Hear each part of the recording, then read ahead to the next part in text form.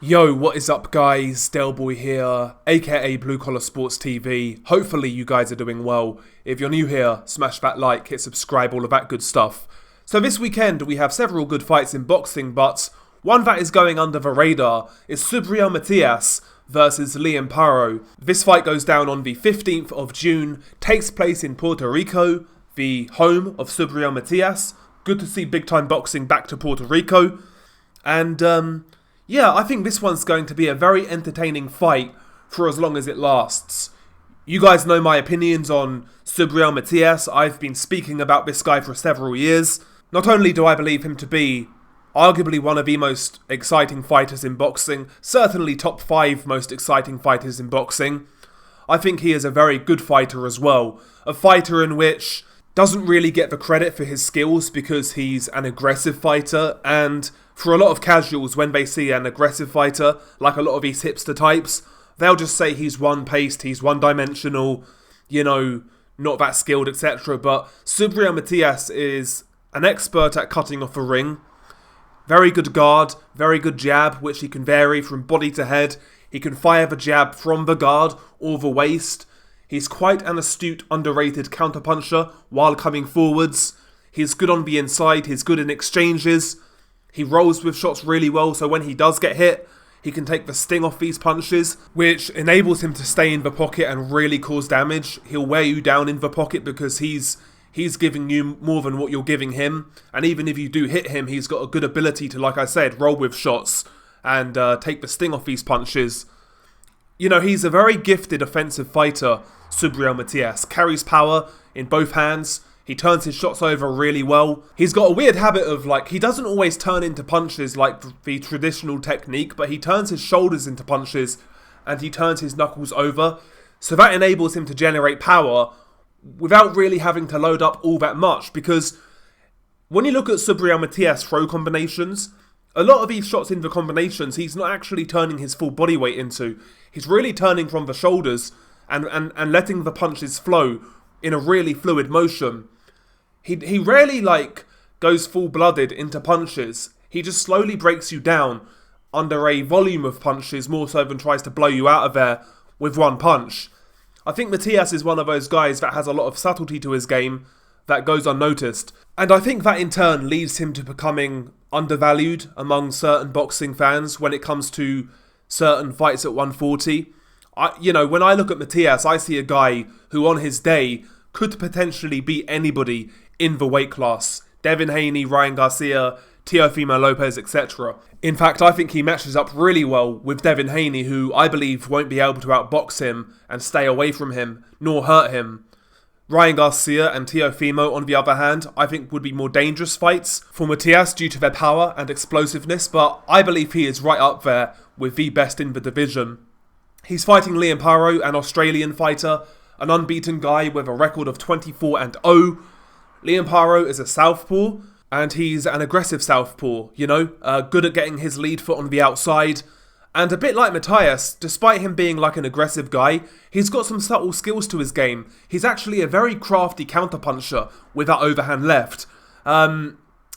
He's a crafty fighter, he's strong, he can hit relatively hard. We saw that when he exposed Montana Love in his last fight. He knocked out Montana Love. And the fight before that, he exposed an Australian prospect, a fellow Australian, in Brock Jarvis. Brock Jarvis was 20-0 going into that fight, and, he was being marketed as the A-side. And Paro knocked that guy out in one round in brutal fashion. So Paro in the last couple of fights has really come into his own. I think he's a decent fighter. He's impressed me in the last 2 fights. And he's a guy who I fully expect to really put it all on the line against Matias. He's shown that in his last couple of fights. He'll take risks. He'll try and land hurtful punches, in particular that straight left and the overhand left. And he can mix it up as well, He's a guy, from what I've seen, who won't really be scared to engage with Matias. I think he'll go in there and really try to get Matias' respect. Bear in mind, this fight is in Puerto Rico, Subriel Matias' home turf. This is the first time Matias has fought in Puerto Rico in like 5 years, and he's now champion. This crowd is going to be hostile, It's going to be a lion's den. They're going to be baying for Paro's blood. he has to make a fast start, in my opinion. He has to get Matias's respect. Maybe try to quiet the crowd down. Put some doubt into Matias's mind.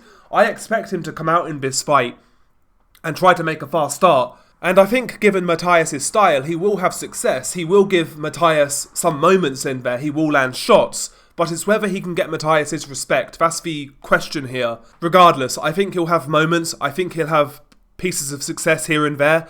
And he will land shots, but I'm not convinced this is his night. Going to Puerto Rico under a, barrage of abuse, a barrage of ill wishes from the crowd. I think Matias is going to be really up for this one to put on a show in front of his people. And yeah, I'm sure Liam Paro will have some good moments early on, but I expect this to be the typical Subriel Matias fight, as to where he has some competitive rounds early on, but slowly but surely, like a diesel engine, he starts to speed up, that punch output starts to rise, and I think you'll see Liam Paro start to struggle by rounds 4 and 5, more than likely probably get stopped in rounds 7 or 8, I would say. I expect this one to be entertaining. I expect Liam Paro to go in there and put on a brave display. I don't think his reputation after this fight is going to be diminished, because I think he will put on a show. But ultimately, I think Matias's offense is too varied. I think his output, his punch output, will prove to be too much. And I think eventually the pressure will get to Liam Paro, to be honest with you. Regardless, Liam Paro shouldn't be underestimated. He is a good fighter. He's coming off good form. He's unbeaten. I'm sure he's going to have confidence, going into that fight. But, Matias in his last 5 fights, he's made all of his opponents quit on the stool. That's a pretty remarkable stat. And that really speaks to Matias's pressure and his bruising style. That sort of style that really takes something out of you. It's that sort of style where you fight this guy, you may not be quite the same after. He takes something from his opponents to where they have nothing left. Those sort of fighters are rare in boxing, and once those sort of fighters get in a rhythm, once they get confidence, once they get momentum, they're very hard to stop. And I think Liam Paro will find that out on Saturday night. I've got Subriel Matias by knockout, rounds 8 or 9, something like that. I don't think Liam Paro will quit though. I think he'll get stopped, just stopped kind of thing. But anyway, share your thoughts below. What do you think of this fight? Are you looking forward to it? I always look forward to watching Matias fight. To me, he's one of the most exciting fighters in boxing. And hopefully now he gets a push. And should he win this fight, we see him in with other champions. We see him in unification fights. That's what I want to see, because I really enjoy watching this man fight. But anyway, share your thoughts below. Being a guy, Del Boy. Peace.